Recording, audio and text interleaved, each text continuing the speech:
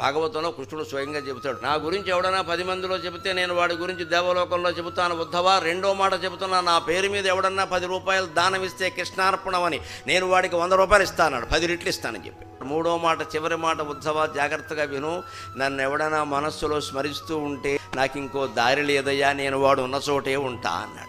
అంత గొప్ప అవకాశం ఇచ్చాడు. మనం సందుల్లో ఉన్నామా, గొంతుల్లో ఉన్నామా, ఉక్కపోస్తుందా, చలి ఇస్తుందా అనవసరం అమ్మా. మనసులో గోవిందనామస్మరణ మానకుండా ఉంటే చాలు. అప్పుడు మన ఆరోగ్యాన్ని ఆయనే కాపాడుకుంటాడు. ఇంత సులభమైన ఉపాయాలున్నా ఏమీ చేయక్కల, మనసులో స్మరిస్తే చాలన్నాడు. దానికి కూడా బద్ధకమై కొంతమంది మహానుభావులు ఎలా ఉంటారంటే, ఆ స్మరించాలన్నా కూడా దేవుడు అనుగ్రహించాలి, బద్ధకం మేళం అంటారు వీళ్ళని.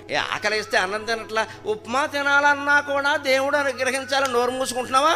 2 కేజీలు ఉప్మా లాగించేసావు ఇక్కడ. దైవస్మరణ చేయడానికి, పుస్తకం చదవడానికి అప్పుడు దేవుడు అనుగ్రహించి, ఎందుకంటే మనకి ఇష్టం లేదు. సొల్లు కబుర్లు చెప్పుకో ఆశమ్మ బోషమ్మ అంటే గంటలు గంటలు చెప్పుకుంటారు కూర్చుని.